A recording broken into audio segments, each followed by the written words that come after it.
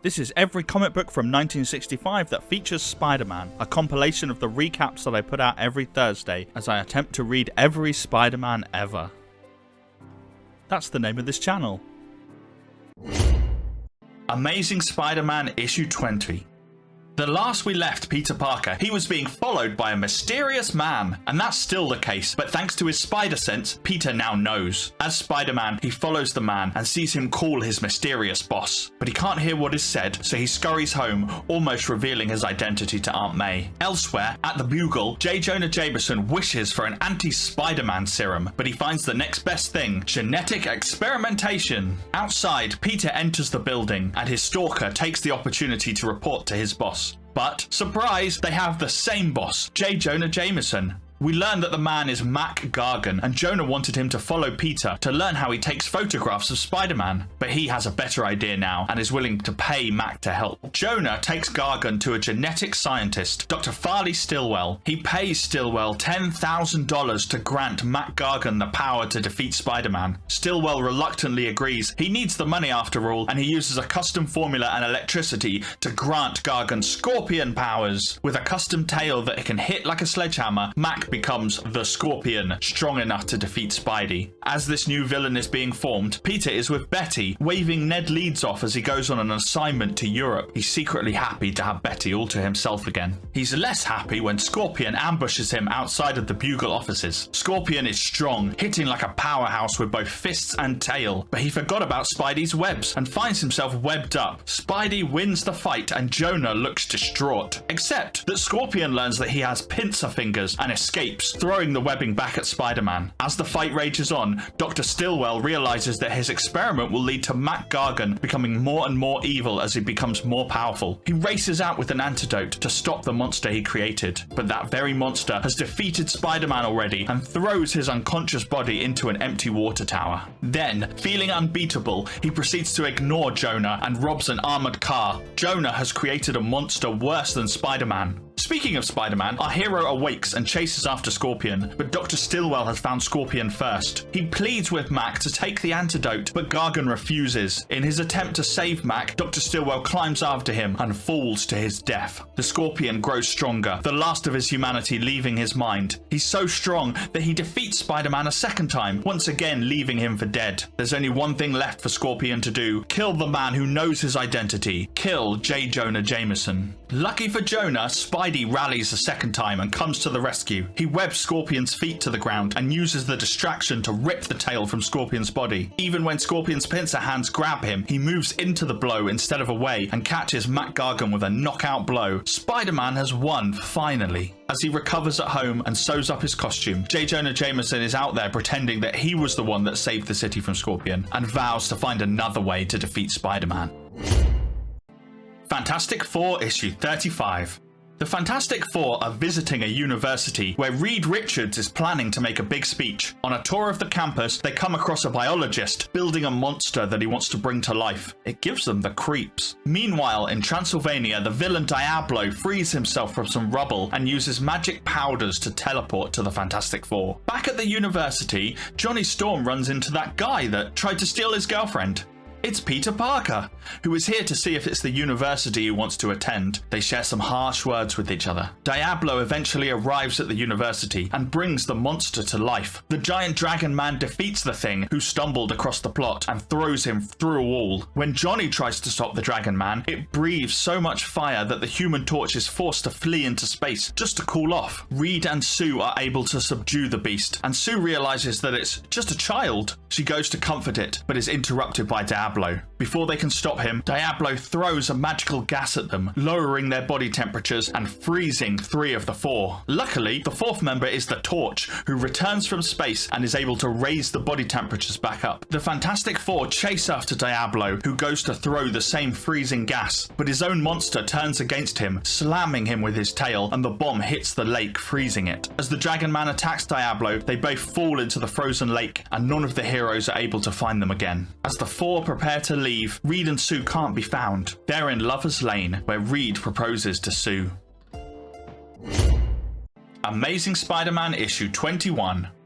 A man named Abner Jenkins is being released from prison after serving his time. He's an old villain of the Human Torch named the Beetle, and when Johnny finds out about the release, he leaves his date to search for the villain. As he searches the city, Spider-Man is also out swinging. While people recoil at the sight of Spidey, they seem to love Torch, who makes fire hearts to wow the crowd. In the end, Johnny's search is fruitless, and he doesn't find the Beetle, and that's because the Beetle is following him. Johnny returns to an icy reception from Doris Evans, his girlfriend. She's upset that he flamed on and left her, and so she gives him one final chance. No flaming on for 24 hours. Outside, the Beetle sees how much Doris means to Johnny, and a plan forms. The next day, Doris is out shopping when she has her parcels knocked out of her hand. Luckily, Peter Parker is around to help her. After she leaves, he notices that she's dropped her wallet in the confusion and returns it to her home. Doris invites Peter in for a Coke, which he gladly accepts. As Peter leaves, Johnny sees him and gets jealous when Doris says that she likes this boy Peter. He confronts Peter Parker and warns him to stay away, making Betty leave, thinking that Peter is seeing other women behind her back. Parker snaps at the torch and also leaves angry. But maybe, just maybe, he can get his revenge. If Doris likes Parker so much, she's gonna love Spider-Man. But instead, he interrupts the Beetle in a kidnapping plot, and they fight outside the house. Doris rings the Human Torch for help, but he thinks she's just joking,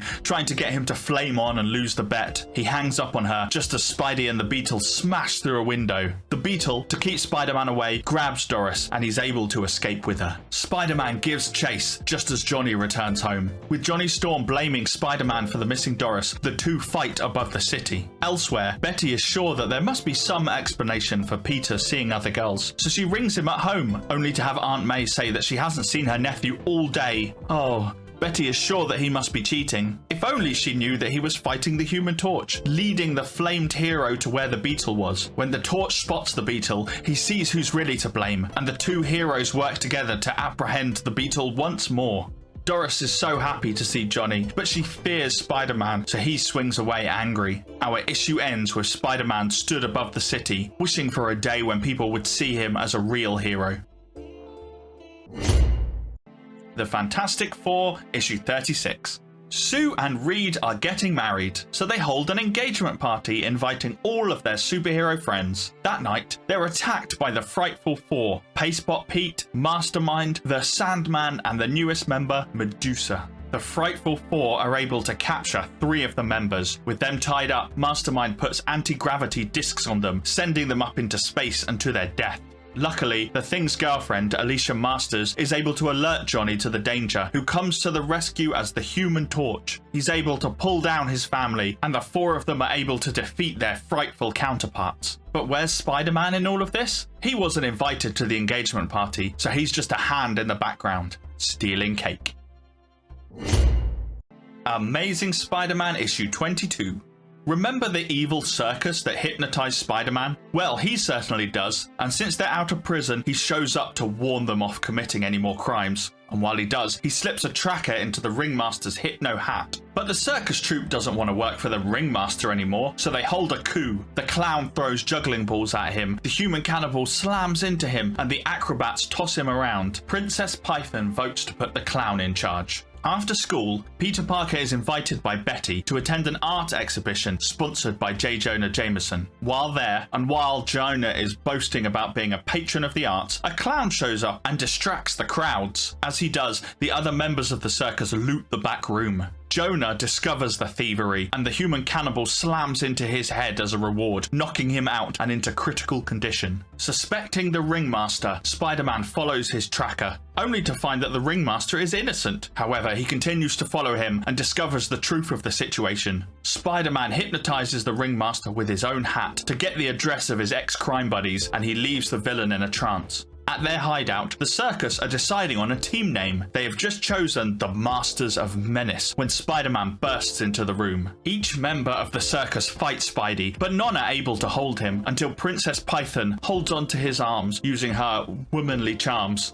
Spider-Man can't hit a woman, so he's basically powerless. Elsewhere, the hypnotizing hat keeping the ringmaster in trance falls and he wakes up. Also elsewhere, Betty gets the good news that Jonah will be okay. Back at the fight, Spider-Man continues to demonstrate how outmatched the Masters of Menace are. He takes particular pains to deal with the cannonball, crushing his helmet as revenge for Jonah. With the circus defeated, it's only Princess Python left. She flirts with him, almost takes off his mask, and then uses a taser to lure him into a room with a giant snake. No wonder she's called Princess Python. As Spider-Man battles the snake, literally tying it in knots, the clown is making his getaway with the stolen paintings. But then the ringmaster shows up and steals the paintings from the clown. And then the police show up and blame the ringmaster. Everyone is arrested, and Spider-Man is even able to get some photographs. Photos that he gifts to the newly recovered Jonah. Back at home, late at night, Peter returns to find Aunt May waiting up for him. She's angry and she's hurt that he's been keeping secrets from her, and all Peter can say is, well,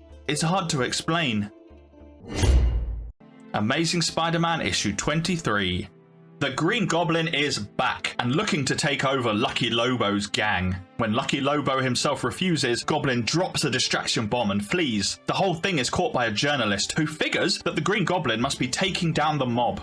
Later and elsewhere, Peter is having laundry issues. His Spider-Man suit is not dry, so he leaves it hanging in the attic. As he leaves for the Bugle, he promises Aunt May that he'll call if he'll be late. And at the Daily Bugle, he discovers a letter on Betty's desk from Europe, from her old boyfriend Ned Leeds. When Betty doesn't mention the letter, he assumes she must be hiding something from him. In Jonah's office, Parker learns that Jonah has rehired Frederick Foswell, the man formerly known as Big Man. Peter doesn't trust this ex-criminal, but when he goes to follow him as Spider-Man, he's reminded that his suit is still at home. In a dry suit, the Green Goblin meets with one of Lucky Lobo's gang, who gives him evidence of Lobo's illegal activities. Then, at a business executives club, Jonah is smoking with friends, including the first appearance of somebody in particular, when Foswell arrives to give him the evidence that the Goblin had gathered. With his costume now dry, Spider-Man witnesses the raid on one of Lobo's warehouses. But before he can stop some of the gang from escaping, the Green Goblin stops them instead. Maybe he is one of the good guys. Spider-Man follows him to be sure. However, the ever-alert Goblin spots him and decides that he can use Spider-Man to help his plan. He flies to Lucky Lobo's apartment, throws some smoke and leaves. By the time that Spider-Man realizes that he's not helping Goblin take down a gang, he's already surrounded. He fights them all, leaping to the ceiling and gluing their feet to the floor before taking refuge in another room. He webs up the door, keeping the gang at bay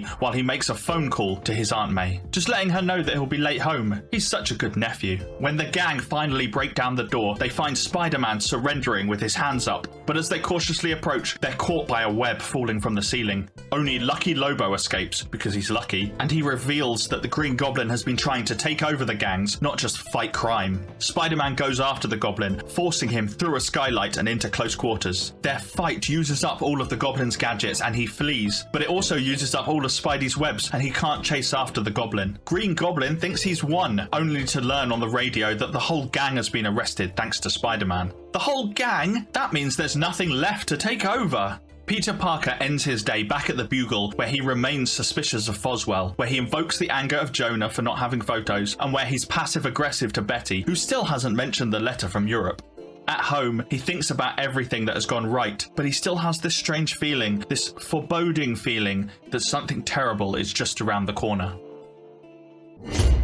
Amazing Spider-Man issue 24. Things aren't going well for Peter Parker for 3 reasons. 1. His photos of Spider-Man beating up some bank robbers are unusable when Frederick Foswell shows up, who can clearly see that Parker wasn't there. 2. Betty is still writing letters to Ned Leeds in Europe. And 3. J. Jonah Jameson has started a new series where he interviews the public about what they hate most about Spider-Man, and after some heavy prompting, they're saying lots of mean things. The only person defending Spider-Man is Peter's bully, Flash Thompson, and the only upside to his life is that Liz Allen wants Parker to tutor her. At the Bugle, Jonah is visited by Dr. Ludwig Reinhardt, a psychiatrist from Europe. In his professional opinion, Spider-Man is a very sick man living in a fantasy world. It's only a matter of time before he has a mental breakdown, and since it's bad news for Spider-Man, Jonah prints it on the front page. Worried that the doctor is right, Peter swings off to meet this Dr. Reinhardt, but when a cat walks past him, he's faced with a different doctor, Doc Ock, coming out of the wall to attack. When Spidey's grab doesn't connect, he discovers that the Ock is fake, only to have the Sandman rise from the ground. But he's also fake. As he tries to swing away, he passes a bat, and then he's attacked by the Vulture. But when Spidey tries to web him, he discovers a third fake. All these villains are fake. When he finally arrives at Dr. Reinhardt's office, he finds the whole office has been turned upside down and his past enemies are leaping out the wall at him. Spidey finally cracks. Meanwhile and elsewhere, Jonah gets some bad news about Dr. Reinhardt and rushes out of the office, only to bump into Flash Thompson, who's mad at Jonah for running all those negative hit pieces on his hero. On a therapist's couch, Spider-Man is about to reveal his secret identity when Jonah bursts into the room. Dr. Reinhardt is no doctor, he's a fraud! Reinhardt runs, and he's quickly caught by Spider-Man in the upside-down office, an office that was always upside down. He's unmasked to reveal Mysterio. Mysterio was using robotic cats and bats to project illusions to make Spider-Man think he was crazy, and he would have gotten away with it too if it wasn't for that pesky newspaper editor. Jonah is upset that he stopped Spider-Man from being uncovered. Flash is happy that he got to save his hero, and Peter Parker's luck is looking up when he ends the night with Liz Allen to help her study, even if he's only doing it to get back at Betty for writing those letters to Ned. Amazing Spider-Man issue 25.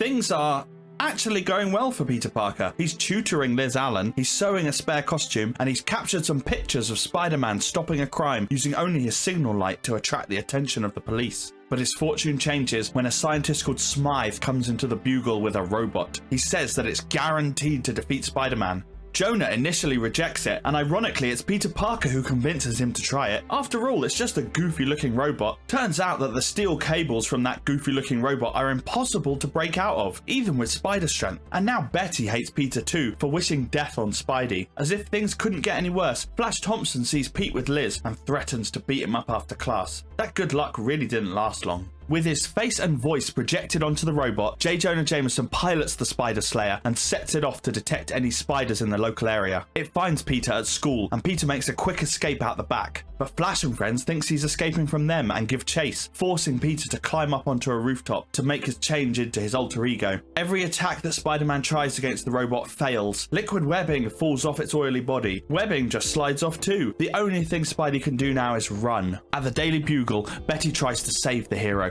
but her attempt to pull the plug on the controller is spotted by Jonah, and he throws her out. She decides to get Peter to help, since he was the one that suggested Jonah do this in the first place, and she heads to his house. Also heading to Peter's house is Flash and Liz. Flash wants to beat Pete up. Liz wants to stop that. The two groups meet, and Betty and Liz knock to find that Peter isn't home, but someone else is. Mary Jane Watson. That nice young girl that May wanted Peter to meet. We don't get to see her face, it's hidden by a flower, but both Betty and Liz thinks that she's movie star beautiful, and they both go their separate ways. Elsewhere, Spidey realizes that he can't just keep running, and he's quickly tangled in steel cables. He is trapped and at the mercy of this Spider Slayer. But since they can't risk transporting him, Jonah and Smythe have to leave the controls alone to unmask Spidey in person. Spider-Man has to do something before they arrive. Using his sticky fingers, he pries a panel loose. Now he just needs to use science to free himself. Jonah and Smythe arrive on the scene to find Spider-Man still struggling against the robot. Jonah pulls off Spidey's mask and finds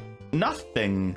The suit is empty, being puppeted by Peter Parker in the roof above. With his foes looking foolish and Flash moved on by the police, Peter arrives home to find Aunt May waiting for him. She's holding the spare Spider-Man costume that he sewed and asking for an explanation. Peter tells her that it was just a disguise to fool some friends. Look, he hasn't even worn it. May buys this but confiscates the costume, and Peter sighs. If she ever found out that he was Spider-Man, the shock would be fatal. Unfortunately, with Jonah having one of his costumes and May having his other one, he can't be Spider-Man until he finds some new threads.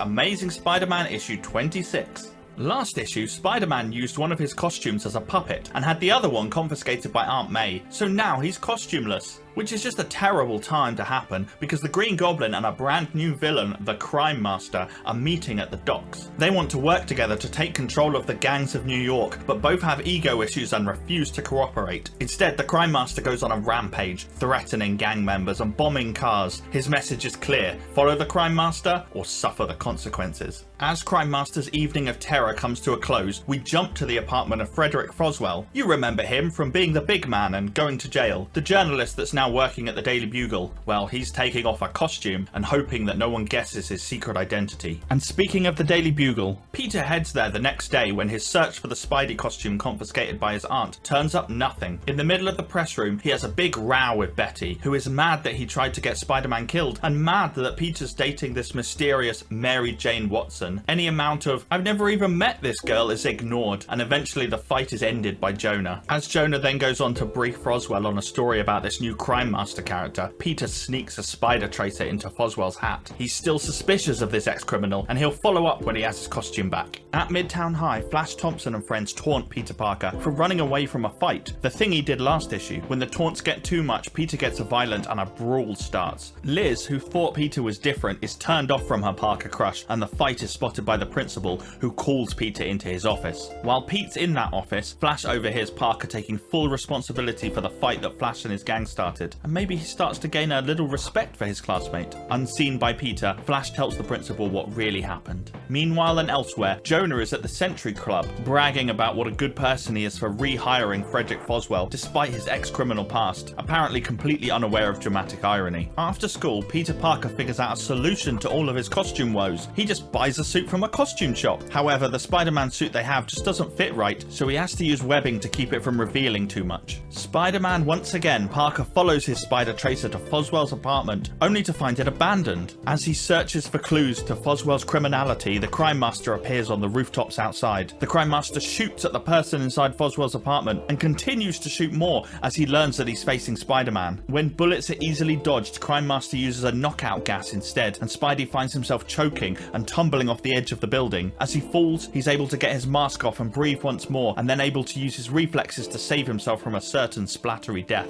With Crime Master escaped and no Foswell at his apartment, Peter swings to the Daily Bugle to find him there. He doesn't find Foswell, but he does bump into Jonah, who tells him that Smythe has his costume, and Spider-Man desperately needs it because his fake one is riding up. To stop his mask revealing his secret identity, he webs it shut. He then swings back to Foswell's apartment. This time, he isn't shot at, and finds a map of the waterfront. At that very waterfront, gangs are gathering for a meeting to join the Crime Master, but one of their members, a man called Patch on account of his eye patch, betrays them and informs the police. Elsewhere, but close by, the Crime Master is meeting with the Green Goblin once more. They both threaten each other with their secret identities, and those threats lead to violence. Fleeing the scene, the Green Goblin finds Spider-Man lurking nearby. With stealth and speed, he flies down from above, so quick that even Spidey's spider sense can't save him. To finish him off, the Green Goblin throws a bomb towards him. Spidey is quick enough to avoid a fatal hit, not quick enough to avoid being knocked unconscious. The Green Goblin has Spider-Man at his mercy, and he's finally able to reveal his secret identity.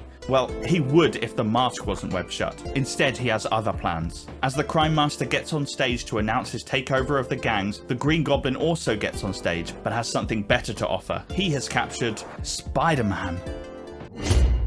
Amazing Spider-Man issue 27. Last issue, the Green Goblin captured Spider-Man and interrupted the Crime Master's bid to take over the gangs. Those very gangs quickly chain Spider-Man up and their loyalty switches. They follow the Green Goblin now. The only person who doesn't is Patch, our resident police informer. As the gangs decide what to do with him, Spidey wakes up and wishes he hadn't. Even though he's wrapped in chains, he's able to fight back against the gangs, leaping over bullets and goblin blasts so they hit each other rather than him. Just as Spidey is losing momentum, the police arrive. They're heavily outnumbered, but their arrival grants enough of a distraction for Spider-Man to flex free of his chains. With use of all of his limbs, the fight is soon won by Spider-Man. He even has time to set up his camera. The gang members surrender, the Green Goblin escapes, and backup arrives thanks to Patch sneaking out to alert the police. Since the Green Goblin is on a glider, Spider-Man chases after the Crime Master instead. The chase leads under the harbour and into a sewer pipe, which is where Crime Master fires off nerve gas. Spider-Man is ready this time though, and crafts himself a protective mask with his webs. But by the time he's able to make it through the gas, the Crime Master's long gone in the sewers, and there's just too many directions that he could have gone. Spider-Man has lost him. Since the harbour is now empty, Spidey goes back to Foswell's apartment instead. He's sure that Foswell has something to do with all of this. His search uncovers a secret compartment in Foswell's wardrobe. It's empty now, but it's the perfect place to store a Green Goblin and/or Crime Master outfit. Spider-Man is convinced. Foswell is the Green Goblin and/or the Crime Master. He travels to the Daily Bugle to deliver the news to Jonah. But of course Jonah doesn't believe believe him. In fact, he calls Frederick Foswell into his office and directly asks him, "Are you the Green Goblin and/or the Crime Master?" And since Foswell says no, the case is closed. Spidey would argue further, but a gunfight is happening on the roof opposite. The actual Crime Master is going to shoot at Foswell, but the cops stop him. The gunfight leads to the Crime Master's death, and his dying words are almost the identity of the Green Goblin.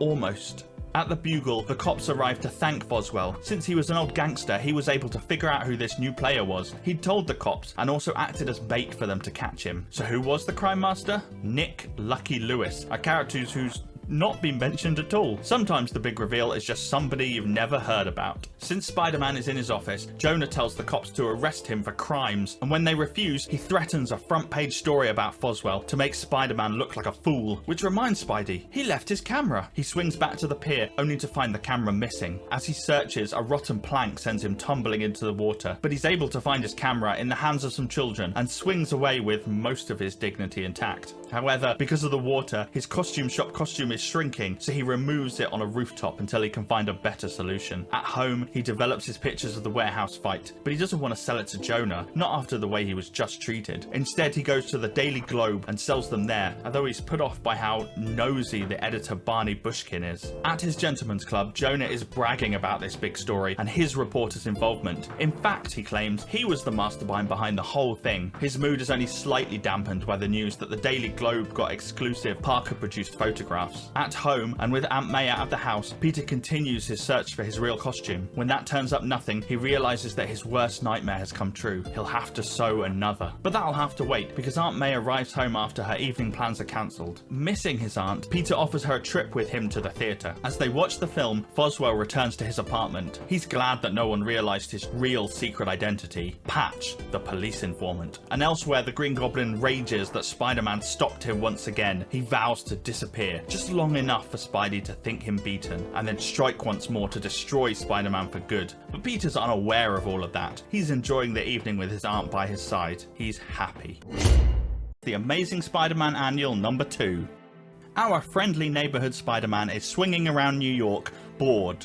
There are just no crimes happening. But little does he know that a mysterious stranger is entering a bar mid-brawl. The stranger clocks the two strongest men in the room and uses magic to hypnotize them. They work for him now, Xandu. He gets them to demonstrate how strong they are under his control and how they feel no pain, and then he sends them after Doctor Strange to steal the other half of the Wand of Watum, a powerful magic artifact. In his Sanctum Sanctorum, Doctor Strange is attacked by the two men. He tries to use spells to affect their minds, but finds their minds empty. He tries to use illusion to create multiple versions of himself, but Xandu guides them to the real Strange. In the end, Doctor Strange loses and is knocked unconscious. As the two men leave with the stolen half of the wand, Spider-Man intercepts them. He thinks it'll be an easy fight, but soon finds himself overpowered, unable to do any damage to these men who don't feel pain. Even his webs are useless against him as they tear them off. He's knocked down and the men leave, but not before Spidey can attach a spider tracer to them. The tracer leads Spidey to Xandu, who has attached the wand halves together to create a deadly weapon. But it's a deadly weapon that Spidey is able to get away from him with surprise and webbing before Xandu throws him into another dimension. Trapped in this strange void, Spidey is attacked by the two men from before. He knows what he's up against now, but he also needs them to show him how to get out of this strange world. Meanwhile, Doctor Strange awakens and uses a spell to track his missing wand. He finds Xandu and confronts him, just as Xandu's two henchmen arrive back with Spider-Man in their clutches. Turns out he needed to get caught to find a way back. As Spidey fights off the henchmen, Doctor Strange faces off against Xandu, but with the wand back in Xandu's grasp, the fight quickly turns against Strange, who astral projects away from his physical body to convince Xandu that he's defeated. As a spirit, he incepts an idea into Spider-Man's head that he can use two exposed wires to shock the henchmen awake. And it works! Spidey picks up on the message and shocks the men, and suddenly they're just two confused people standing around once more. Doctor Strange rushes back to his body, and alongside Spider-Man he fights against Xandu. Able to attack from both sides and dodge the wand attacks, they easily disarm their foe, webbing his hands so that he cannot reach for the wand. Knowing now how dangerous the Wand of Watum is, Doctor Strange uses his amulet to drain it of all power. He then uses a spell to read Xandu's past and then wipes his memory clean of all his evil. As he leaves, the Doctor thanks Spider-Man for his help and offers his friendship if the need should ever arise. Spidey is convinced that he won't believe any of this in the morning.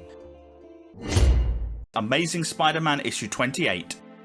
It's graduation day for Peter Parker, and seniors are finishing early to get into gowns and hats. Everyone is excited, except for Liz Allen, who is cold to both Peter and Flash. But before Peter can get into his graduation outfit, he's got to find a different spider-themed outfit first. With that in mind, he arrives at Smythe's house with a package under his arm. As photographer Peter Parker, he gets inside to look at the Spider Slayer that he fought a few issues back. But when he does, the robot attacks him, tangling him in tentacles. Why would it do that, wonders Smythe. It only attacks spiders. That's when Peter unveils his package, a jar of spiders to help Smythe with his studies. He's also glad that he thought ahead and protected his secret identity. With the robot deactivated, Smythe allows Peter to look at the Spider-Man costume so that he can take photos for the bugle while he goes to answer the door. Peter doesn't look at the costume though, he swaps it out for the costume shop variant he bought a few issues back. And he's about to leave when he sees who's at the door. It's Mark Raxton, Smythe's science partner. Raxton wants the inventions they've been working on, a liquid metal alloy that is worth a fortune.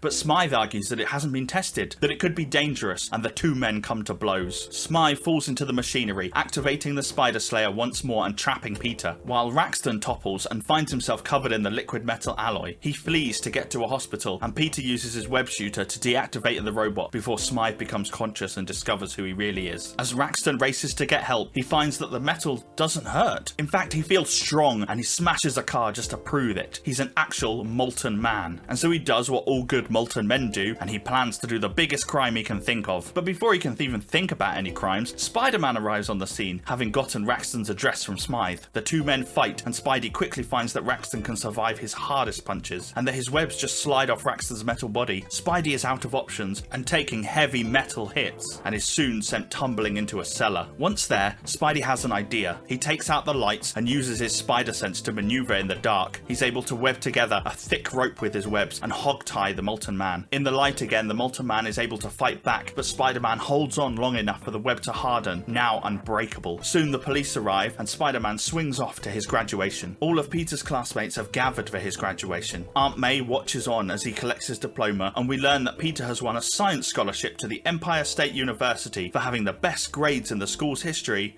and that Flash Thompson has won one for sports. After J. Jonah Jameson delivers a self-centered speech and woos Aunt May afterwards, Peter checks in with Liz about her sour mood. She admits to liking Peter a lot, and sad that he always preferred other girls. Sad too that he just saw her as a dizzy blonde. She wants to graduate out of that perception and become someone new. As Liz leaves with her parents, Jonah takes a few digs at Peter for selling his photos to a different newspaper. Then it's just Peter, his Aunt May, and Mrs. Watson, and they walk off past the school which houses so many memories. But this isn't really an ending, it's the beginning of a new chapter.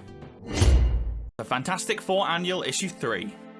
It's Reed Richards and Sue Storm's wedding day, and Dr. Doom is mad about it. So he creates a device that's going to make every evil person ever want to attack the Fantastic Four. Everybody. So we have the Puppet Master controlling a guest to lethally poison Ben Grimm with a handshake, thankfully stopped by Agents of S.H.I.E.L.D. Then the Mole Man drills out of the ground to attack with his army, but he's held off by the X-Men, with Iceman plugging the hole with ice. Then the Red Ghost and his Super Apes attack Sue and Alicia, and almost defeat the entire Fantastic Four before Doctor Strange sends them all into another dimension. Then Thor stops the Super Skrull before he can arrive at the wedding, and Daredevil intercepts a massive bomb sent by Hydra, and Captain America fights the Cobra, and Hawkeye protects Cap against Mr. Hyde's surprise attack, and then Spider-Man, the man of the hour, gets one panel to save Hawkeye from Enchantress's falling safe spell? And then the Black Knight is attacking Daredevil, who's still driving the bomb away, and so Angel flies up to save Daredevil, and then the Mandarin uses a magic ring to paralyze Angel, who is saved from falling by Iceman, but then Electro and the Mandarin and Unicorn and Melter and the Beetle all fire blasts at Iceman, but Cyclops comes to the rescue with a blast of his own, hitting the villain blast, creating a shattering concussion. Elsewhere, Iron Man is fighting off the Mad Thinker and his android, and Quicksilver proves that he's faster than the Human Top and defeats him, just as Atuma rises out of the ocean with a massive army by his side, ready to finally destroy all who walk on land, ready to conquer the Earth, just as the Daredevil-driven truck drives off the pier and the bomb that was attached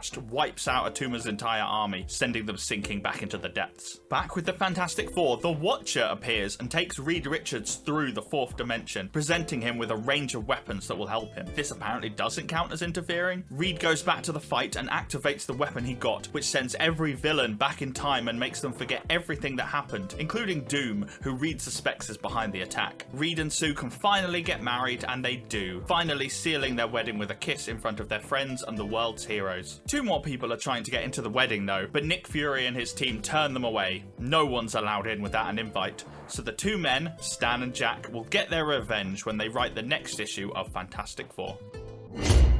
The Amazing Spider-Man issue 29.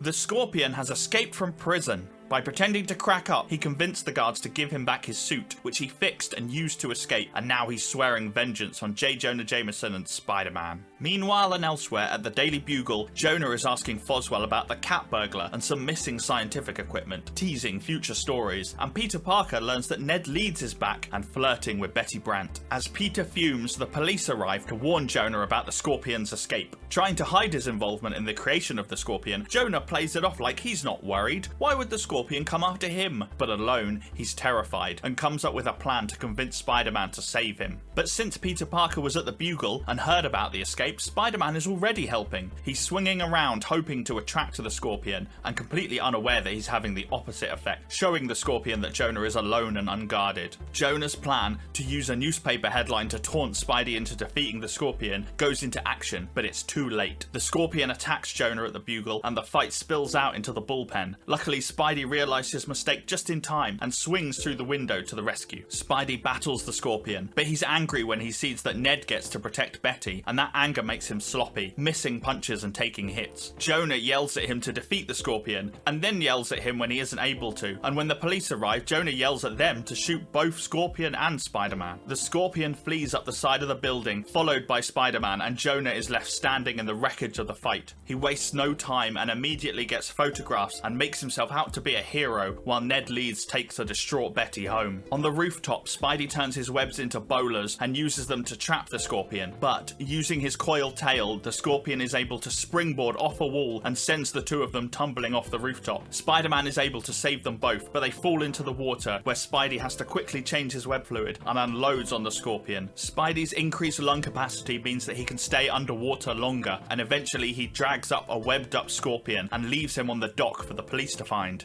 At home, Peter Parker tries to call Betty, but finds Ned at her home instead. Sad and distracted, he doesn't notice Aunt May having a dizzy spell in the kitchen, and she just says that she dropped a glass when asked about it. She doesn't want to worry Peter. If she was gone, who would look after the poor, lonely boy? Amazing Spider-Man, issue 30. As Spider-Man is swinging through the city of New York, he doesn't spot the cat burglar, a thief who has been stealing things from all over the city. And so he doesn't stop that very same cat burglar from stealing everything from a safe belonging to J. Jonah Jameson. Well, if the police can't catch this cat burglar, then Jonah will offer a $1,000 reward to anybody who does capture him. Meanwhile and across town, a delivery of uranium is attacked by a gang dressed in purple. They say, out loud, that their plan was all the cat's idea. Spider-Man swings in to stop them, but they swerve the lorry while all wearing magnet boots, and the magnetless Spider-Man falls off and loses them. As he searches the city to find his missing uranium thieves, Spidey overhears news about Jonah's $1,000 reward. He pops round to the Daily Bugle to taunt Jonah, teasing that he's going to find the cat burglar and collect that reward first, leaving Jonah having nightmarish visions about being paraded into the street and mocked by a Spider-Man with teeth. So Jonah calls Foswell, instructing his reporter to find the cat burglar before Spider-Man does. The next day, as Peter sets out in search of that very burglar, he runs into Liz Allen for the first time since graduation. She's going to a job and asks Peter to delay Flash Thompson, who's following Liz. Peter does just that, even knocking Flash out temporarily to stop a crime. Elsewhere,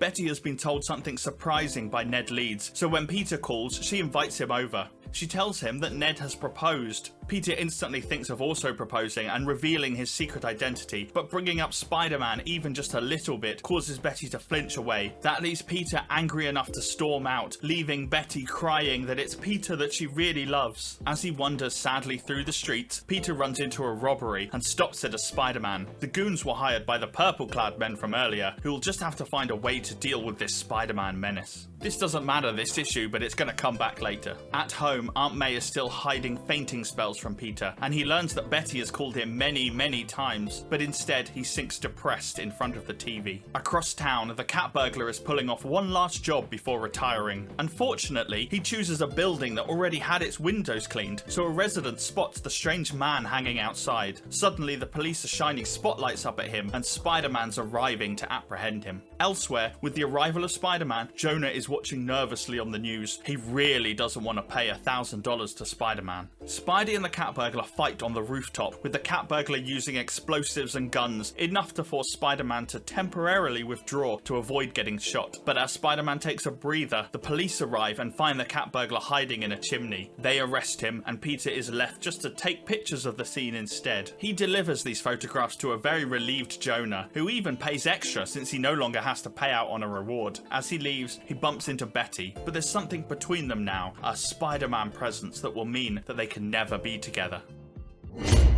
Amazing Spider-Man issue 31.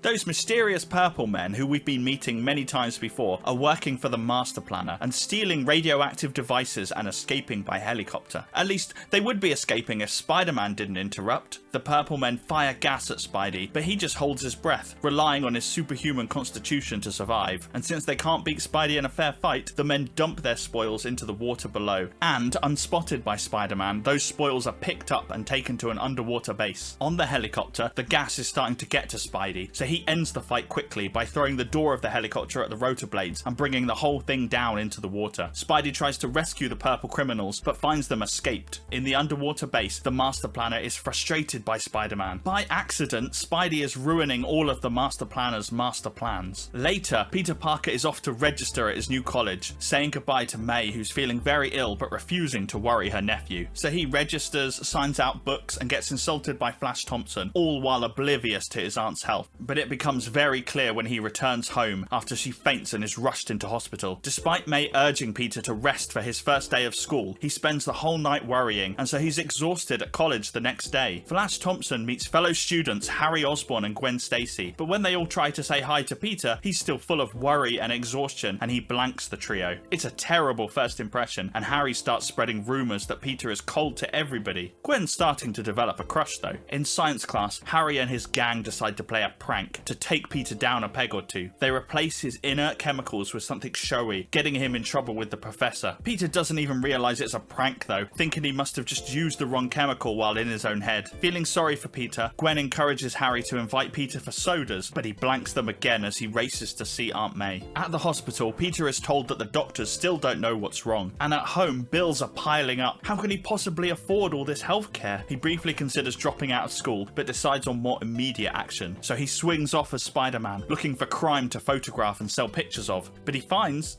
nothing. The night is a bust. He goes home and falls asleep over his studies, and so he's a zombie once again the next day at school, and his classmates continue to gossip about him. Meanwhile and elsewhere, J. Jonah Jameson is cursing the lack of news, yelling at Foswell to bring him a story about the stolen nuclear equipment, and Ned asks Betty if she has an answer for him yet. Will she marry him? But she's waiting to learn Peter's secret first. And later, Foswell is dressed as Patch, doing what Jonah wanted, and discovers that a very stealable shipment of nuclear equipment is heading into the city tonight. At college, Gwen is getting frustrated that Peter's the only guy that hasn't looked at her in any way, so she goes into full flirting mode, only to have Peter race past her, keen to get to the hospital quicker to spend longer there. He'll pay for that, she threatens. And they still don't know what's wrong with Aunt May, and so Peter swings as Spider-Man, looking for a payday. Instead, he bumps into Patch, secretly Foswell, who informs Spidey of the robbery planned that night. With nothing better to do, Spider-Man checks it out. He finds the purple men again, stealing from a cargo ship. When they spot him, they try the gas once more, but Peter has taken precautions this time, and the gas is ineffective. He fights the men, using the ship's boom to bowl them over, and then webs up the crates that they try to dunk into the water. But before Spidey can take pictures, the purple men flee into the ocean, and Spider-Man is left with no information at all. He stopped the robbery, but he can't exactly make money from an empty harbour. But we do learn that he's built his own gas mask underneath his Spidey mask.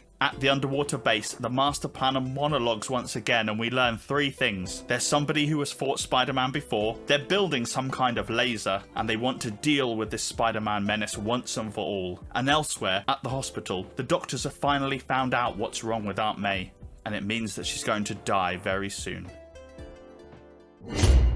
Thanks for watching all 16 issues. I'm still making my way through every Spider-Man comic ever, and I post a new recap every Thursday, so follow and hit the bell to get notified when those happen. I also cover what Spider-Man comics are released each week. I have some interviews with some famous Spider-Man creators, and there are video essays if you want to hear about Spider-Man academically.